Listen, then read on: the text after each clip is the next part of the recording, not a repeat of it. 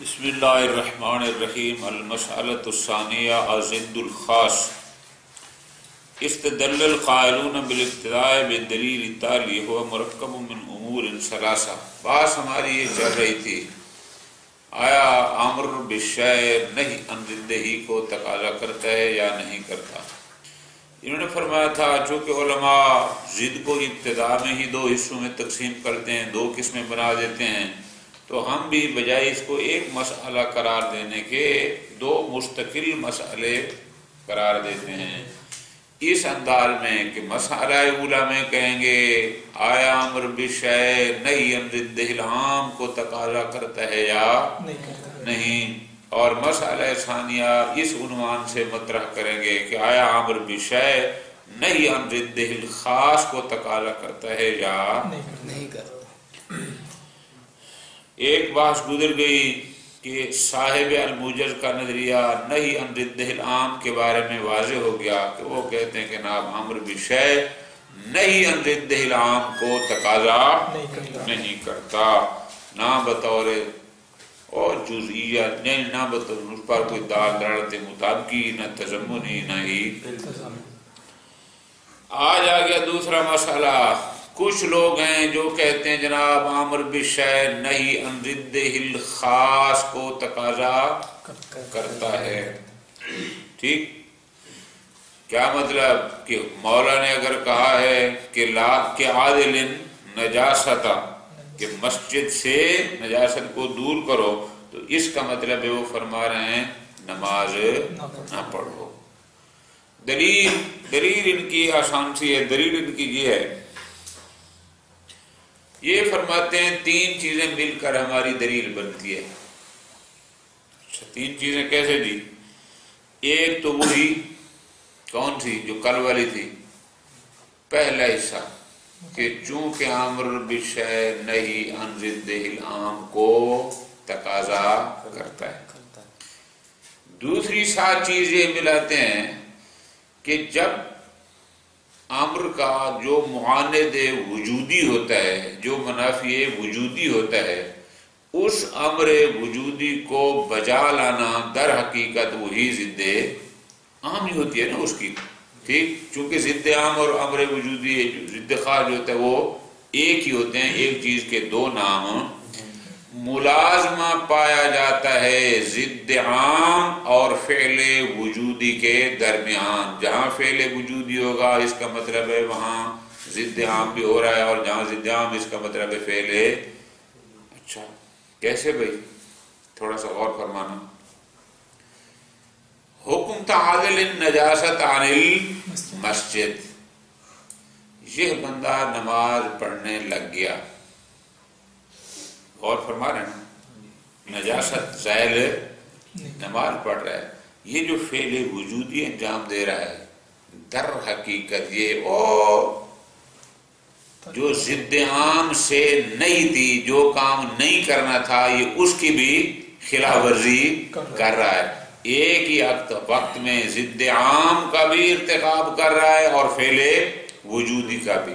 چونکہ فعل وجودی اور ضد عام آپس میں ملازم ہیں، تو تیسرے مرحلے پر جا کر کہتے ہیں لہذا جو حکم اس کا ہوگا وہی حکم اس کا ہوگا.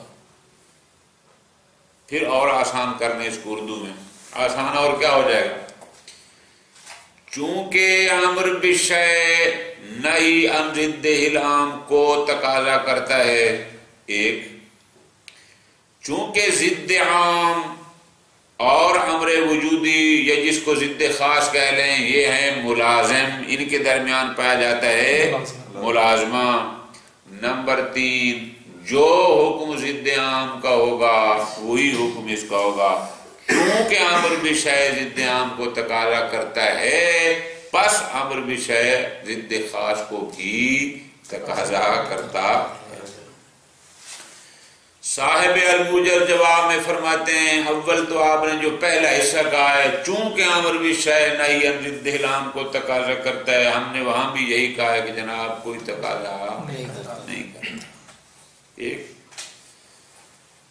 بالفرض آپ کی بات مان بھی لی جائے کہ اس کو تقاضا کرتا ہے، اس کے بعد بقول آپ کے چونکہ ضد خاص اور اس کے درمیان ملازمہ پایا جاتا ہے، چلو یہ بھی ہم نے مان لیا، لیکن جو تیسرے مرحلے پر آپ نے کہا ہے نا ملازمے کی وجہ سے کہ جو حکم ملازم کا ہوگا وہی حکم ملازم کا ہوگا، کہ دو چیزوں کے درمیان ملازمہ پایا جاتا ہو تو جو حکم اس کا ہے وہی حکم اس کا ہوگا، اس کو ہم قبول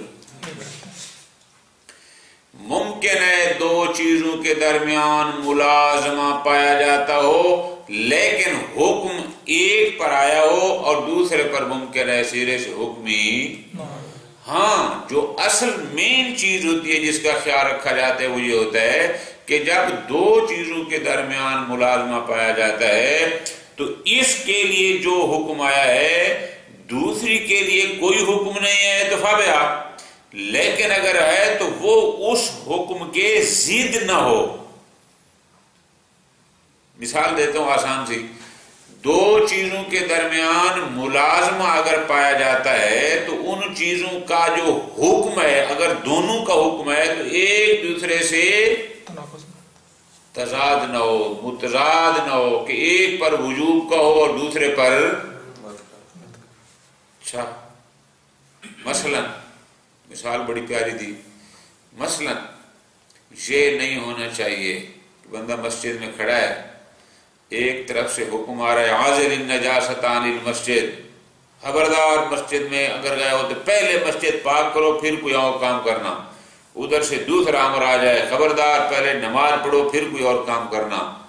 جناب نجاست کو زائل کرنا اس کا مطلب ہے فی الحال نماز نہیں پڑھنا، نماز پڑھنا اس کا مطلب ہے فی الحال نجاست کو زائل ہے۔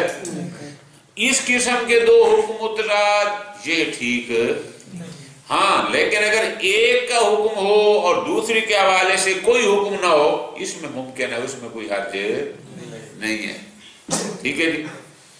بس لہذا آپ نے جو تیسری بات کی تھی نا کون سی، چونکہ ان کے درمیان ملازمہ ہے تو جو حکم ضد عام کا ہوگا وہی حتماً ضد، ہم کہتے ہیں نہیں جناب، ضروری نہیں کہ متلازمین میں سے جو حکم اس کا ہے وہی، یہ ضروری ہے کہ ان دونوں کے حکم مختلف، یہ ضروری ہے، لیکن یہ نہیں ہو سکتا ہے اس کے لیے حکم ہو اس کے لیے صرف حکم ہو ہی نہ، ابھی مولانا نے بیان ہی نہ کیا ہو۔ پھر فرماتے ہیں سوال یہ ہوگا کہ آخر اس بحث کا کوئی فائدہ کیسے؟ مثال عازل النجاست عن المسجد، مسجد میں گئے مسجد نجسی، اب جناب یہاں پر حکم کیا ہے مسجد پاک کرو، تو پاک کرنے کا مطلب یہ ہوگا نا بھی نماز وغیرہ نہیں پڑھنی، اس کا ثمرہ کوئی فقہ میں بھی ہے، فرماتے ہیں بڑا اس کا ثمرہ فقہی ہے، وہ کون سا؟ اگر اس بندے نے ازالہ نجاست چھوڑ کر نماز پڑھنی شروع کر دی اور ہم قائل ہو گئے کہ امر بشیء نہی عن ضد کو تقاضا کرتا ہے تو اس کی نماز باطل ہوگی، کیوں؟ یہاں اس کا مطلب ہے نماز پڑھنا منہی عن تھا اور نہیں فی العبادات مقتضی فساد ہے، لہذا اس کو دوبارہ پڑھنی پڑے گی۔ بندہ آگے دروازے پر جناب محترم میرا قرضہ واپس کرو، قرض واپس بھی کر سکتا ہے، یہ قرضہ دینے کے بجائے نمازوں میں شروع ہو جاتا ہے تو شریعت کیا کہے گی؟ اگر ہم قائل ہو گئے کہ امر بشیء، امر کیا ہے کہ جناب قرضے کی ادائیگی واجب ہے، تیرا وقت بھی آ گیا ہے، تو قادر بھی ہے تو اس کو ادا کر، اگر یہ اس کو نماز اس کو چھوڑ کر قرضہ دینے کی بجائے شروع ہو جائے گا نماز میں تو یہاں پر اس کی نماز بن جائے گی منہی عن، اور جب منہی عن ہوگی تو وہ ہو جائے گی۔ یہ ساری بحث ہم اس لیے کرتے ہیں چونکہ اس کا فقہ کے ساتھ تعلق ہے۔ یہاں تک پہنچنے کے بعد اگر یہ پوچھا جائے سوال کہ صاحب الموجز کا نظریہ آمر بشیء نہی عن ضد کے بارے میں کیا ہے تو آپ دو سطروں میں جواب دیں گے، نہ وہ اقتضاء نہی عن ضد العام کو قبول کرتے ہیں اور نہ ہی وہ نہی عن ضد وہ کہتے ہیں آمر بشیء نہی عن ضد کو تقاضا ہی نہیں کرتا۔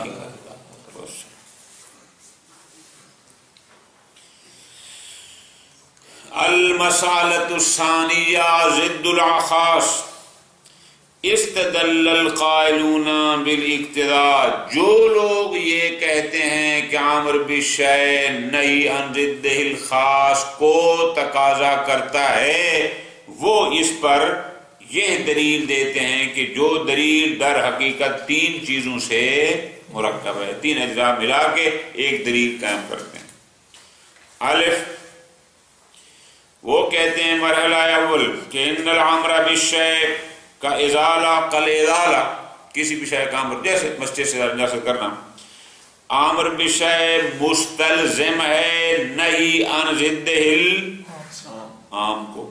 تو ضد عام کیا تھی؟ یعنی ترک الازار علی القول بے فی البحث، یعنی ایک تو وہ لیتے ہیں انہی کا قول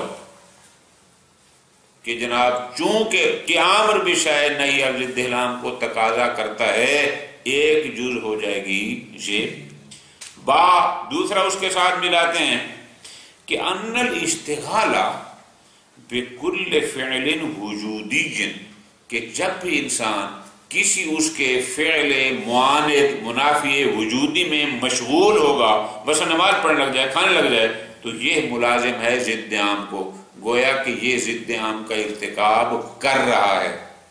حکم یہ تھا کہ ضد عام سے نہیں ہے، اور دوسرے مرحلے پہ جو بھی کوئی فعل وجودی جو منافی ہوگا اس حکم کے بجا لائے گا، اس کا مطلب ہے یہ ضد عام ہے۔ کیوں؟ اس لیے کہ فعل وجودی اور ضد عام دونوں، میں نے آپ کو بہت آسان سی مثال دی ہے کہ جب یہ بندہ نماز پڑھ رہا ہے تو گویا اس علم میں یہ بندہ ضد عام کا ارتکاب بھی کر رہا ہے۔ کیوں؟ اور ترک نجاست وہ ضد عام ہو گیا نا، اور فعل وجودی کو بھی، یہ دوسرے الفاظ میں ضد خاص کو بھی بجا۔ اور جیم تیسرا حصہ ساتھ یہ ملاتے ہیں، پہلا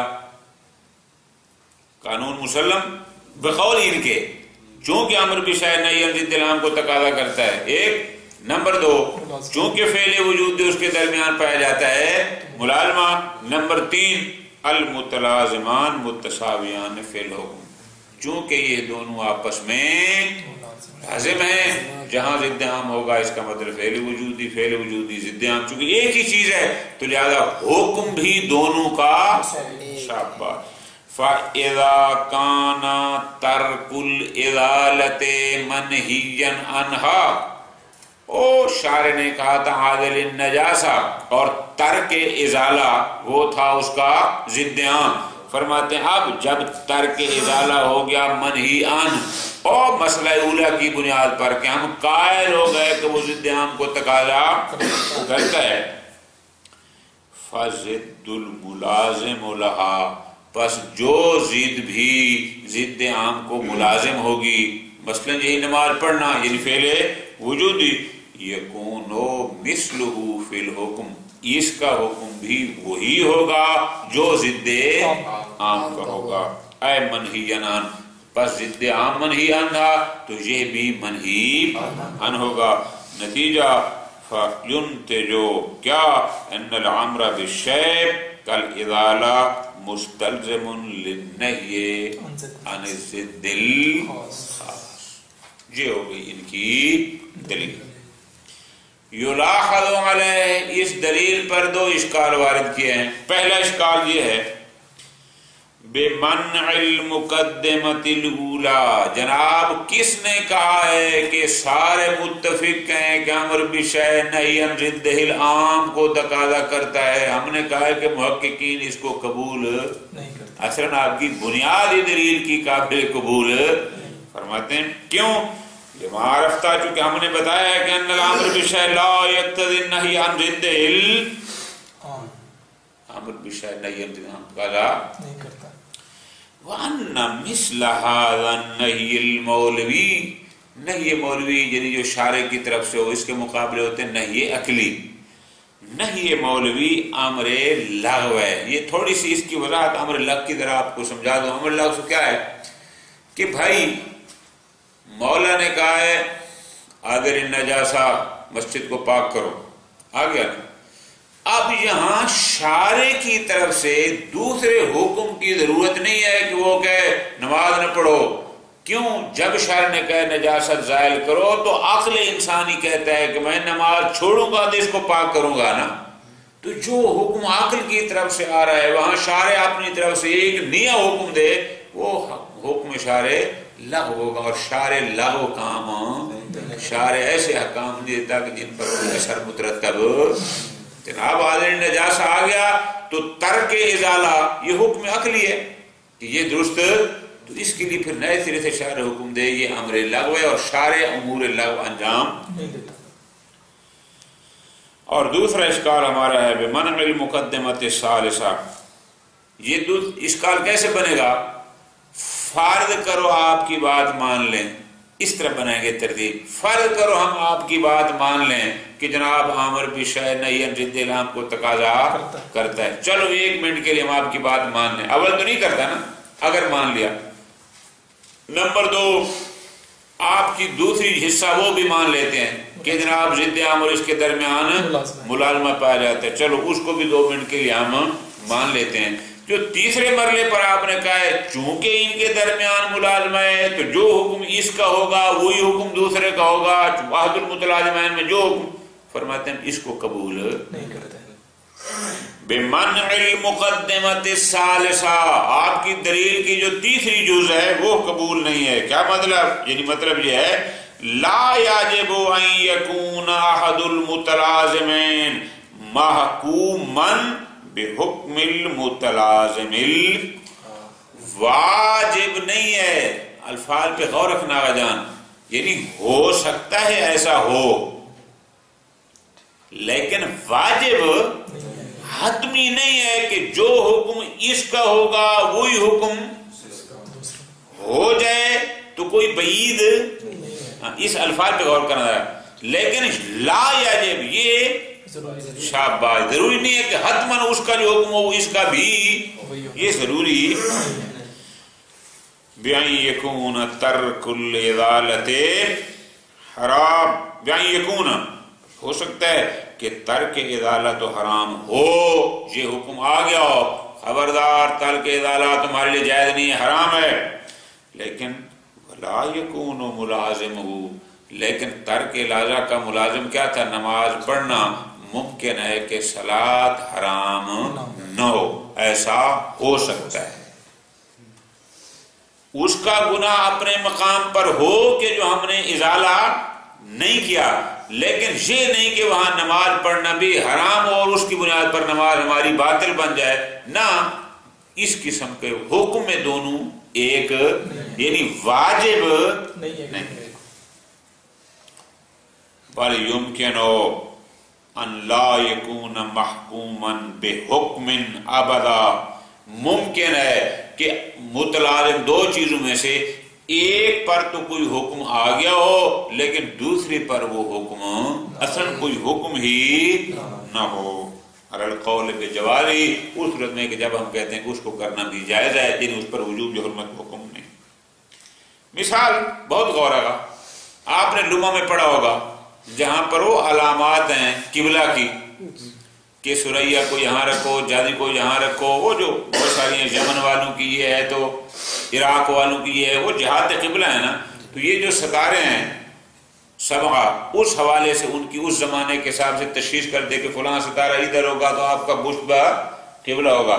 اس میں ایک یہ بھی آتا ہے ان لوگوں کے علاقوں کے لیے کہ جب آپ قبلہ رخ ہوں گے تو آپ کی پشت ہوگی جد ستارے کی طرف، وہ جو نجوم 7 ہیں عطارد و جد زہرہ وغیرہ اس کی طرف. اب غور کرنا ہے، ایک ہے قبلہ کی طرف رخ کرنا، قبلہ رخ ملازم ہے استدبار جد کو کہ جب اس علاقے کے لوگ قبلہ رخ ہوتے ہیں تو ان کی پشت ہوتی ہے اس ستارہ جد کی طرف. بہت غور. اب پشت استدبار جد اور استقبال القبلہ یہ آپس میں ملازم ہے، لیکن غور کرنا ہے لیکن اس ملازمے کا مطلب یہ ہے کہ استقبال قبلہ کے لیے حکم وجوبی ہے لیکن اس کا ملازم استدبار جد اس پر یہ حکم نہیں ہے. ہاں یہ ضروری ہے کہ اس کے مقابل کا حکم ادھر ایسا نہ ہو کہ ادھر حکم ہو کہ قبلہ رخ کا منہ ہونا واجب ہے اور ادھر آ جائے کہ استدبار حرام ہے، نہ شارع ایسا کام نہیں کرتا، لیکن ہو سکتا ہے اس کے لیے کوئی حکم ہی نہ ہو۔ شاباش۔ فرماتے ہیں مثال دے رہے ہیں کہ جناب دو چیزیں آپس میں متلازم ہیں لیکن حکم ایک کے لیے ہے، دوسرے کے لیے وہی حکم۔ کیسے؟ کا استقبال الکعبہ، قبلہ کی طرف رخ کرنا، الملازم، یہ استقبال قبلہ ملازم ہے استدبار جد کے، کہ جد ستارے کی طرف اس وقت ہو جاتا ہے پشت، وہ پیچھے ہو جاتے ہیں اس علاقے کے حوالے سے جن کے لیے وہ علامت ہے۔ بس فوجوب الاستقبال، استقبال کعبہ کے لیے حکم وجوبی کا آنا، لا یلازم وجوب استدبار جانب، اس کا مطلب یہ نہیں کہ استدبار جانب بھی واجب ہے، نہیں، ایک کے لیے ہے، اگرچہ ملازم ہے لیکن اس کے لیے حکم نہیں۔ بس ہاں، یجب ان لا یکون الملازم محکوما بحکم یضاد حکم ہاں، یہ ضروری ہے کہ اگر اس کے لیے کوئی حکم ہے تو اس کا جو دوسرا ملازم ہے اس کا بھی کوئی حکم ہے، تو ان کے حکم آپس میں مضاد، ایسا نہ ہو کہ وہ بالکل اس کے الٹ ہو جائے، چونکہ وہ تکلیف مال و عطاب ہو جائے گی کہ ایک دفتر آپ خدا فرماتا ہے کہ جناب قبلہ رخ کرو اور ادھر آ جائے کہ جناب جانب کی طرف پشت نہ ہو، جناب یہ اس کو کہتے ہیں تکلیف مالا یطاق۔ جناب یہ کیسے ہو سکتا ہے؟ اگر ادھر منہ کریں گے تو ادھر پشت ہونی ہی ہونی ہے، تو لہذا اس کے خلاف کا حکم ادھر نہیں ہونا چاہیے، بس اتنا خیال فرق ہونا چاہیے۔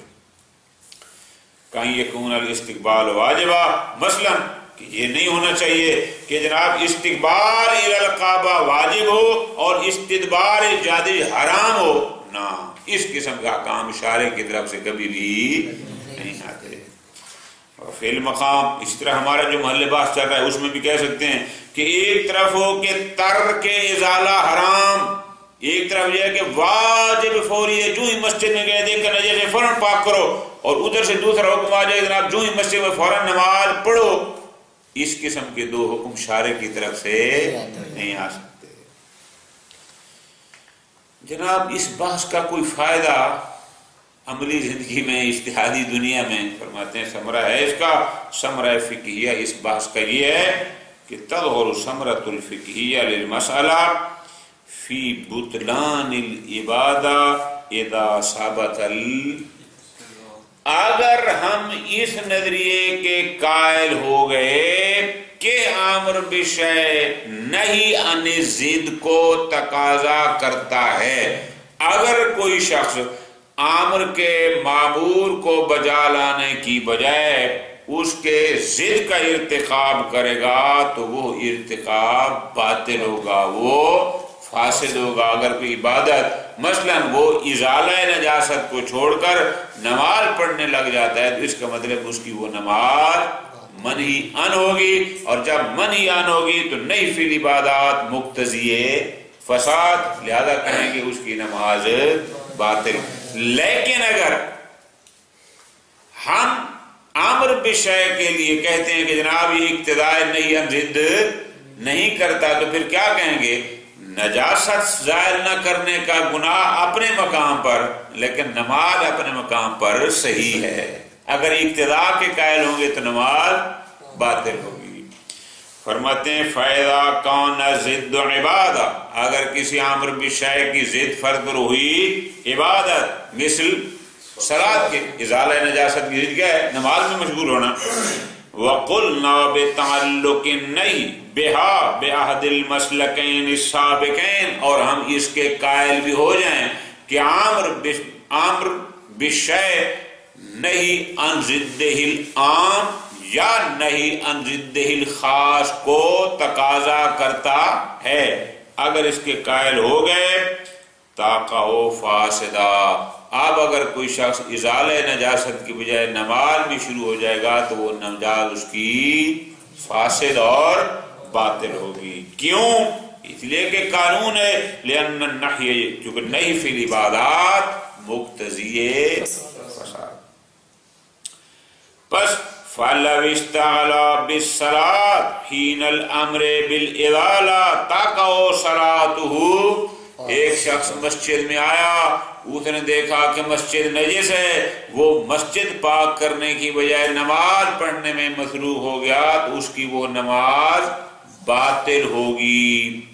ایک شخص کسی کو قرضہ دینا ہے اور قرض مانگنے والا دروازے پر قرضہ مانگ رہا ہے، یہ دے بھی سکتا ہے اور پھر بھی اس کی بجائے نماز میں شروع ہو جائے گا تو اس کی وہ نماز فاسد ہوگی. کس نظریے کی بنیاد پر؟ اگر ہم قائل ہو گئے کہ امر بشیء نہی عن ضد کو تقاضا کرتا ہے. صاحب الموجر کا نظریہ کیا ہو گیا کہ نہی عن ضد العام کو تقاضا کرتا ہے اور نہ ہی نہی عن ضد